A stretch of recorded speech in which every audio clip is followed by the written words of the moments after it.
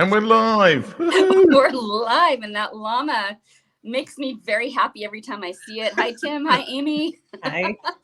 Hi, everyone. We are live with someone who is very special to me today. I have known Amy for years, and we go back to when I used to live in Minnesota. And actually, it was my Minnesota days that my oldest son was born, who is now 26. So that kind of tells you how long ago that was. Holy cow. I said it out loud. Amy is a long COVID survivor, or she's living with long COVID. And that's why we wanted to chat with her. When she acquired long COVID, she was working, in a pediatric office, doing medical type stuff, and acquired long COVID, and now is figuring out how to live with all the symptoms. And along the way, I know, Amy, you've met some people also living with the same or similar circumstances, so you know Yes. what this new life is all about. And we wanted to bring attention and awareness to our audience. So thank you for being here, Amy. Yes, thank you. Thank you for having me. Never done anything like this, so this is kind of fun. Well, it's really good to get your story out. So let's start with our first question. Sure. Tell us what it means to have long, in any words, any way you want to tell your story. What does it mean to be living with long COVID? What is this? I would have to say probably the number one description for me, and probably a lot of people that live with it, it's very unpredictable. Yeah. You never know what your day is going to look like. You wake up and you just hope and pray that you feel okay. Most days you don't, just to be honest with you. I would have to say probably almost every day I wake up feeling like I have the flu. So, or like if you have had COVID before, you know that feeling, that initial feeling of just that being run over by a train type of feeling. That's how most of us wake up and start our day off. So that feeling of just trying to drag yourself up out of bed and into life every single day. It's a huge effort. Most of us, myself included, do a number of things to try and help us on a daily basis. So there's no just jumping in the shower, grabbing a cup of coffee and running out the door. It's like an hour-long process to get out of bed. You have to feed yourself right away. There's medication, supplements. I developed a couple of conditions that require extra modalities. I developed something called POTS. And so for me, I have to drink about a gallon of water every single day with salt in it, just to make sure that I have blood volume to be able to stand. I have to do, there's physical therapy interventions, occupational therapy interventions, as well as just some other things. And if you're doing any natural approaches, you're doing those as well. So unpredictable. And you're just so thankful for the days that you wake up and you don't feel like you've been run over by a train. So, yeah. Can you tell us, as a follow-up question, what is POTS, Amy? Sure. So, and this has become kind of a huge thing in the long COVID world. POTS existed before COVID existed, but it has doubled the population of people that have it since COVID, which we're talking millions of people now. They predicted like 3 million people, I think, in the United States had it before, and now it's like 6 to 7 million people. POTS is actually an acronym. It stands for Postural Orthostatic Tachycardia Syndrome. It's a syndrome instead of a disease because it encompasses so many bodily functions. So it doesn't just, affect your heart. It affects your blood pressure, your heart rate, your digestion, your ability to sleep, your breathing mechanism, blood flow. So normally when someone stands, the blood rushes down to the bottom half of your body, and then it sends it back up to your heart, your brain, and it's just a natural functioning of your body. Everyone has that function. With POTS, ours goes to the bottom half of us, and it doesn't adequately refill up to our heart, to our brain. So our heart thinks we're dying, so it starts beating super fast. So that's where the tachycardia comes in. So your heart rate gets higher, higher, higher. And then it starts affecting all of your central nervous system, or your autonomic nervous system, actually. So all the things that you don't think about that you normally just get up and go, all of those systems are affected. So for me, when I first got COVID, those were the things that I started noticing. I started noticing, like, I was dizzy when I stood. I started to feel like something was wrong with my blood pressure, something was wrong with my heart rate. You can feel your heart racing. Um, some other bodily functions started to kind of feel off as well, but you just don't really know. It was one of the first things that they diagnosed me with. Having worked in a pediatric clinic, I was very familiar with it. This syndrome does affect pediatrics as well. It's anywhere from, children all the way up to adults.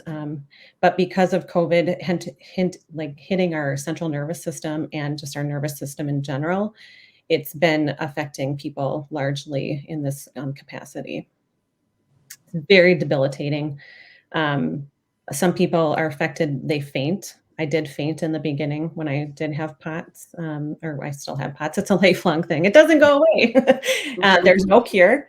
Um, there's not a lot of money that's put into it for research. It's one of the most underfunded things that we have going on in the world right now. So, although more people have it than multiple sclerosis or some other autoimmune diseases that a lot of people know about, some cancers even, more people have this than some cancers, but the research and the money is not in this, which is very, very eye-opening, and it's kind of largely the way it is in the chronic illness world, so I'm finding out. Yeah. Sorry, that's kind of a long explanation for but it's a very involved thing, and I don't think a lot of people understand it or realize, um, how it affects a person. The other part about POTS is that there's not a lot of specialists because our healthcare system in the entire world is set up to be each individual organ, every body part. You go see someone for your heart, you go see someone for your brain, you see somebody for your nerves, that type of thing. There isn't a doctor anymore. We don't have GPs anymore. It's not like you just go see a family doctor that just knows it all, that can, have you from birth on up anymore. That's not how our healthcare system is set up. And so in Minnesota alone, there's 2 specialists. I know that there's more that know about it, but those are the 2 big guys. And so for people to get help, to get assistance with this, to even know what they're doing, people don't go to school for this. It's not, they just kind of fall into it. Either cardiologists or neurologists, that type of thing. So, yeah. You slightly mentioned this, but at what point, because you were clearly suffering from COVID, and then at some point what was the moment you realized that this was more than just COVID symptoms? When did you realize this is something a bit different and longer term? Yeah, and it was very marked for me. So I do have. And because I'm a writer, I write a lot of things down. I journal. I have a lot of this like written down. So for me, just to help me with my memory, which has been affected by this as well. I got COVID for the first time September 10th of 2022. It was kind of a normal, I wouldn't say it was a mild infection, but it was a normal infection. I wasn't hospitalized. I didn't have anything dramatic happen.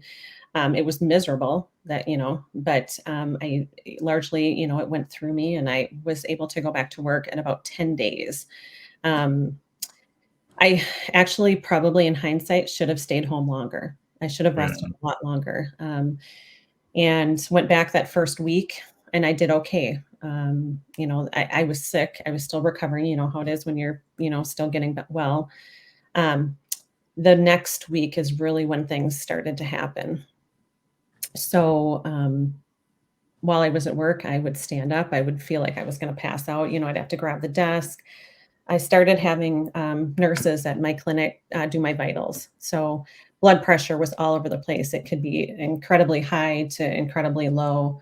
My heart rate was all over the place as well. Like I said, I was dizzy, nearly passing out when I stood. So that week was really, really difficult. Unfortunately, I had no more allowed time off of work. I couldn't take another hour off if I wanted to. And being in healthcare and being so short-staffed, like every healthcare, facility is, there just wasn't the option to take any more time off. Also, it was our busy season. We run like flu shots in the fall. And so I was working, a full week. And so went through that first week, but by Saturday, my body could no longer handle it. I ended up in the ER that week. So, and that was about 3 weeks in. And fortunately for me, this team that I saw at the ER in our emergency room knew about long COVID, knew about POTS, knew all these things that were happening to people because, at this point, we're 2.5 years into COVID, and they do know some things. And I was fortunate that the team that I did get, because I wasn't gaslit at all. I wasn't told that it was all in my head. I was actually looked at as if I was a patient that was having an emergency. Thought I was having a cardiac event. Thank God I wasn't. But I did have a wonderful team. Half of me thinks that I had a wonderful team because I had my scrubs on from work, so they knew that I was a medical professional. And the doctor that I saw actually takes his children to the pediatric clinic. So I do think that I did get a little bit of extra treatment at that point. So fortunate for me, unfortunate for other people that go in that don't have scrubs on, So right away they said, yeah, we do think that you're probably having some POTS symptoms. We're seeing that in a lot. And we're going to set you up with some specialists. We're going to have you do a heart monitor. We're going to, have you do all these things. So rested the entire weekend and went back to work on Monday, got set up with that heart monitor and worked for another 3 weeks while my body basically exploded. Symptom after symptom after symptom just kept going. It just kept accumulating. And I tried to work and I tried to push through, and I couldn't. And so by the end of October, so now we're about 6 weeks in, that was the last time I worked at that clinic. I have so many questions because this is such a serious situation that we want to not only capture, but get across to people, because you're not the only one living with this. It's you know of many more, especially having worked in healthcare, but let's talk about this. You've met more people. What do you think the collective story is that people want the world to know about long COVID? I think the biggest thing that I'm hearing, especially right now, a year in, is that we would like to be believed. There's a big amount of people that don't believe that long COVID is actually a thing. I actually just saw something. I've connected with a lot of people in the UK.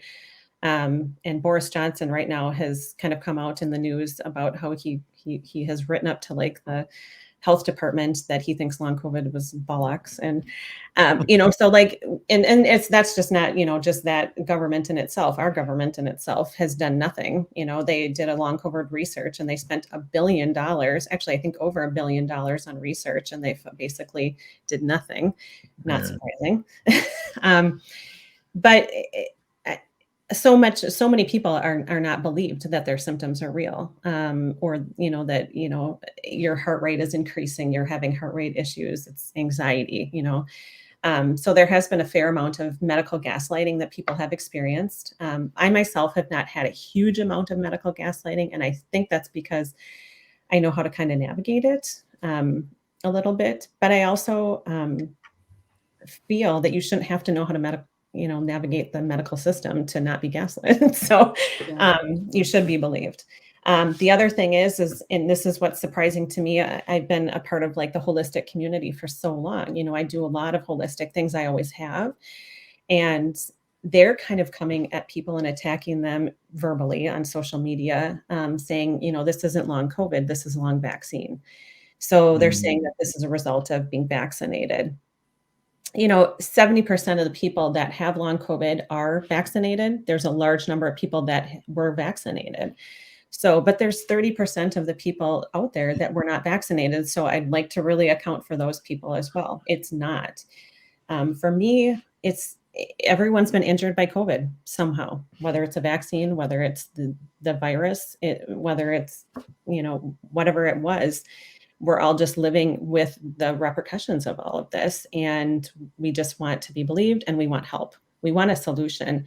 And we feel like there isn't anyone that's kind of out there trying to help us. And so for many of us, we're just kind of guinea pigging things with ourselves and just experimenting with all these different things and hoping that something sticks, And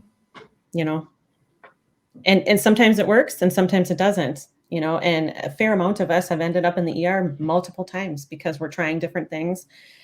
We're taking supplements that we don't know, if they're going to be good or not. I have so many people that I've connected with because that's just something that I enjoy doing. When I first got this, I was on my keyboard looking for answers, looking for everything. I couldn't wait to see specialists. I needed to know what was going on and what was happening. And I've connected with doctors and a lot of nurses. A lot of people in the medical community have been affected by this. A lot of them got this because they did not have adequate, PPE when they were working. So, so kind of that's just, I would say to be believed and to get some help. Okay, so my follow-up question, Tim, really quick, is the disability portion of this. It's quite evident as you're talking that this is a long-term disability. You probably can't go back to work. People probably can't go back to work with long COVID. Sure. Is our government, is the workplace, how is disability being accounted for with long COVID? That's been a huge disappointment. For me personally. I'm never having to navigate this before. I didn't really know how to.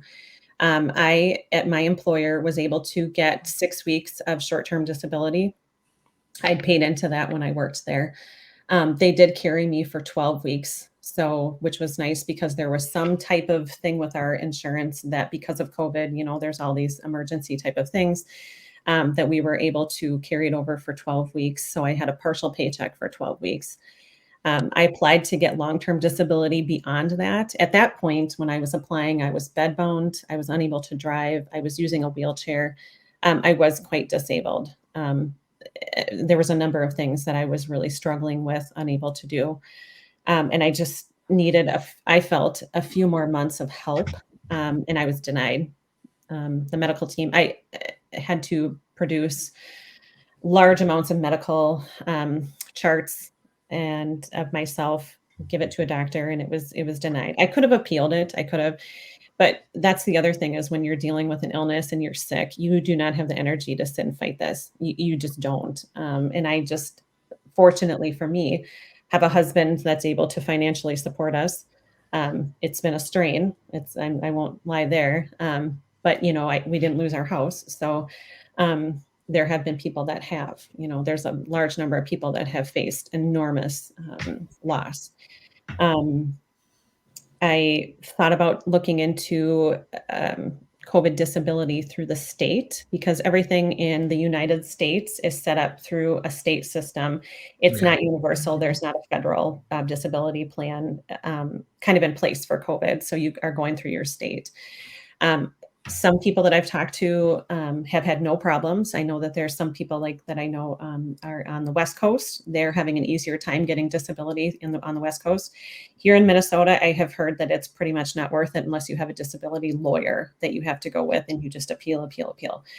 So for me, I just thought, I'm not going to do this. I'm just going to try and get better. My energy is going to be spent just trying to get to a better baseline and getting to where I can somewhat function.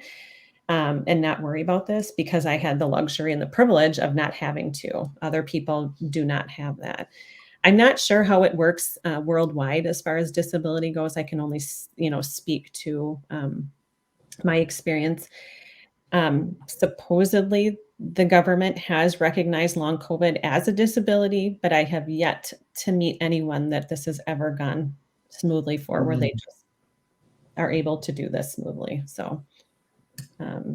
Unfortunately, some people are dealing with worker comp situations, where they were injured, got COVID at work, and they're fighting with that. They're having to prove how sick they are. And it's really sad. It's so hard. And I know that there's always going to be people that abuse the system type of thing. But when you've got this much of a mass people system that are sick, it just can't be ignored. And there's got to be some type of help for it. I think that $1 billion could have been better spent instead of researching and wasting it, probably towards helping people. And there are organizations that are helping. There is an organization called React 19. They're helping the vaccination injured because our government isn't recognizing them as well. They're actually financially helping people. So I think it has been a very disparaging, discouraging situation. I'm not surprised, but here we are. So yeah. We had a comment, and I think this is the UK thing, Independent Sage. So I'm not sure if you heard of them, but it's like, so yeah, from Mr. Talbot. So worth following Independent Sage on YouTube on a Friday. Lots of useful info and discussion. Tim, what is Independent Sage? You said it's a UK. Well, there used to be Sage was the government committee on COVID in the UK, and they set up a load of scientists set up an independent version of it, and I think that's still going. I think Sage has been dissolved a long time ago, but so yeah, I presume that's what Talbot was talking about. I was gonna because I mean, as a British person, it's very different from a European and British perspective because you take time off work and that's just time off work for illness. There's no like, I mean, you kind of need to give a doctor's certificate after a couple of 2 weeks or so, but there isn't this kind of like, oh, you've got your 4 days off a day or whatever. It's very unusual from a European perspective to see the US way of doing disability. So that's one thing. The other thing is, like, I'm presuming you were vaccinated as part of your job, or was this... So, yeah, and this is a kind of a hard thing that I have a hard time talking about because I did have the initial vaccination. I had the Moderna vaccination. I had one vaccination. Yeah, I had a reaction to it. And so I did not go in for the second one. And I actually hem and hawed about getting the vaccination because I've had vaccination reactions in the past. Spoke to my practitioner in length. I was actually like probably one of the last people in my clinic to actually get it because I was so nervous about it. And looking back in hindsight, my reaction to that was probably actually a POTS reaction. I think that's what set off my POTS. Now that I know what it feels like, you know, those symptoms, I think that's exactly, I had it for about 2 weeks and then it resolved. And then I got COVID about 1.5 years later. And that's when it just kind of exploded. Yeah. So I do feel like my story is a little bit different, but not, it's not, I'm not unique in that I'm not the only one that has had this experience. Some people have had that experience with the vaccination as well. And I've met people that haven't had long COVID, but they've had, you know, POTS from the vaccine. So there's just this whole conglomeration of people that have problems from all of this. So, so that's, kind of where my story began, I guess, before I even did get COVID. I mean, the funny thing is, I know I met a load of people who had like ME and other long-term things before COVID. Yeah. Yep. And they reckon a lot of that was caused by viral infections. Yes. That then caused people. So it's kind of natural, given that COVID was so widespread, that people would have viral reactions to COVID. Yeah. I don't know why this is a surprise to anyone. It's been going on forever. Yeah. The chronic illness community has actually been a huge support. I have gotten so much information and just gleaned like so much, you know, from them. So thankful for the ones that have gone through before that. And that's the ME community. I mean, largely ignored, largely under studied, you know, supported. And I think that's where they're getting a lot of their information from out of now. Yeah. So it feels like there's no way to stop this. If you might get COVID and the viral infection might cause long-term effects. So really we're talking about how do we live with this if we acquire a chronic illness. And what I'm hearing you say is we need more medical science backing this up, studying this. We need more government funding to, you know, long-term care. Am I hearing you right? I mean, is that... I think we just need more people that care about it. And that's in short order in the world right now, you know, and whether it's the government or it's private, you know, I think it's just that people have to just care about it. And, you know, everyone has to realize that you're just one virus away from having a chronic problem. You know, whether it's a vaccination that causes this, whether it's a virus that causes this, getting this can affect every single organ in your body. It can make you disabled to the point that you're unable to work, you're unable to function. Some people are laying in bed completely bedbound all day long. There is the only way to avoid it is to avoid it, you know? And how do we do that in this world? We're too global. We can't avoid it, you know? Because you're not going to be safe if you get vaccinated, because a large amount, like I said, of people that were vaccinated are getting this, are having long COVID. Unfortunately, the more that you get COVID, people were thinking that their immune systems were actually, you know, getting stronger and fighting it off. That's not true. It's just damaging your immune system. That's really what it's come down to. And for myself, that's largely what they think has happened to me. I had an overreaction of my immune system. It was heightened, it was heightened. And I was still testing positive 6 weeks later. You know, when you've got something that's hiding your body and your body's constantly fighting it, you know, how do you deal with that? So there is a team at Yale that just recently came out with some findings. There's some really good information on that if you want to Google that. This doctor did a clinical trial to figure it out. And there's actually biomarkers that they can now say, yes, this person has long COVID because of B cell, T cell counts that they're doing. They're measuring cortisol levels and other things, because it is exhausting our immune systems is what it's doing. So, but yeah, the largest thing I think we need is for people to just care about it and to get somehow involved in it, and to stop blaming someone that got vaccinated for this. It really does no good, you know, to blame someone for something that they did to try and help protect them. And a large number of people didn't get vaccinated and still got it. So, you know, that's kind of my rant for the day. It's just something that I just feel like, you know, we need more help in general.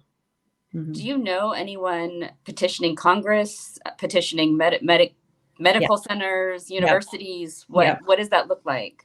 There are people that have been, you know, they have brought it to the, you know, Capitol Hill per se.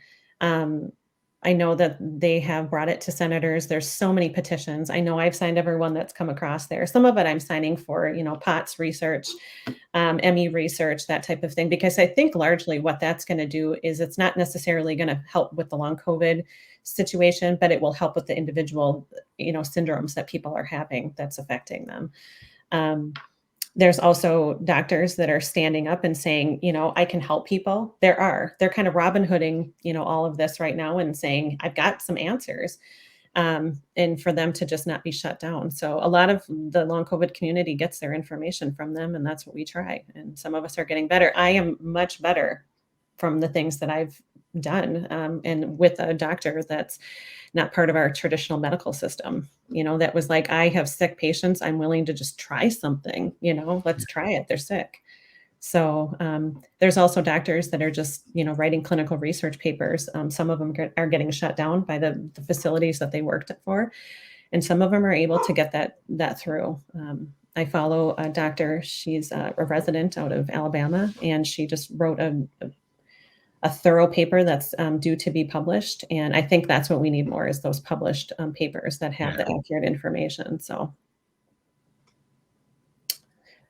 yeah. Okay, we've got another big comment from Stelpa about 1 in 10. Yeah, it's true. We basically need to governments need to take it seriously. But I'm not sure that's going to happen anytime. That would be ideal. But I mean, part of this is, especially in the US, that you haven't got the best ways of dealing with like long-term disability, have you? Really, at the end of the day. No.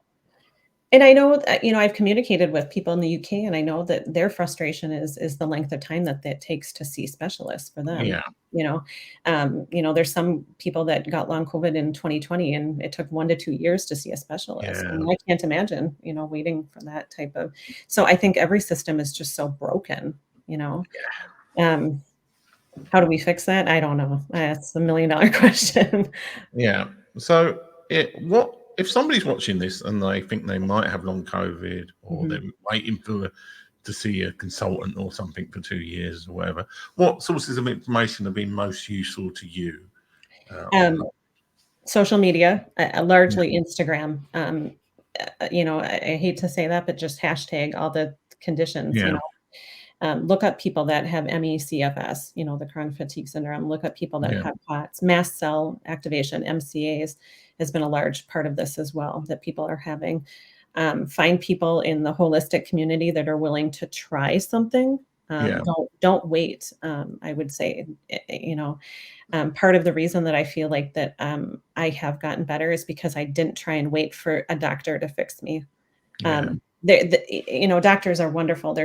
I have had some extremely wonderful doctors, but I've seen, over 13 specialists, none of which I'm still with because none of them could help me in the capacity that I needed help with. And I know it's kind of scary, but try different things, just try those. Some of the natural things that you can try are worthwhile. Some of them aren't. But trying it is the biggest thing. And also I would just say, just keep going, because you'll eventually get to somebody that believes you, that's willing to help you, and just reaching out, find that community. I have found a local community here in my state. And I've also got a community that I have through Facebook. They're all over, there's long COVID communities, there's POTS communities, there's mast cell communities. They're there. So that's where you'll find your information. Yeah. Who's doing, as a final question, Amy, who's doing the research that we might want to follow if we want to kind of see who's going there, who's going to where no one's willing to go? Who is it? It's controversial. It's very controversial. I've gotten called more names and had just, the internet warriors, which I am so uncomfortable with. Online, but Dr. Peter McCullough, I know he just actually was in Europe, or he might still actually be there. He is helping the governments kind of figure this out.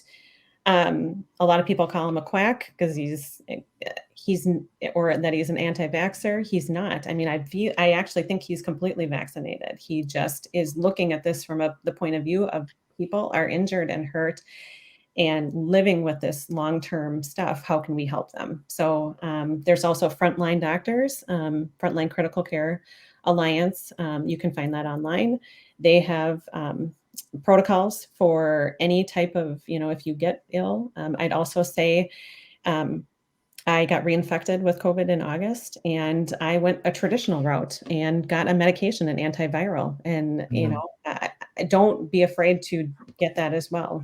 These are your organs. This is your life. I mean, you don't want to end up with long-term damage in your brain, in your heart, your liver, so I would say if you can't get help, from one of those sources, then just keep trying. But those are kind of the big ones I've noticed. So.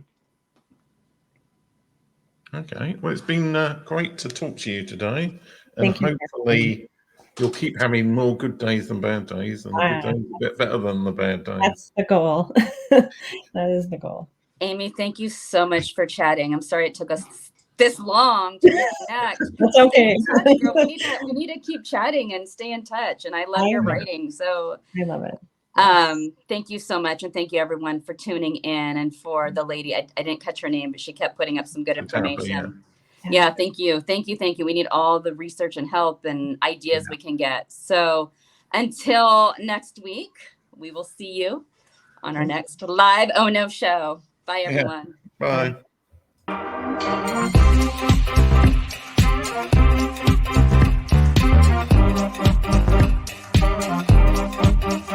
This is what God requires.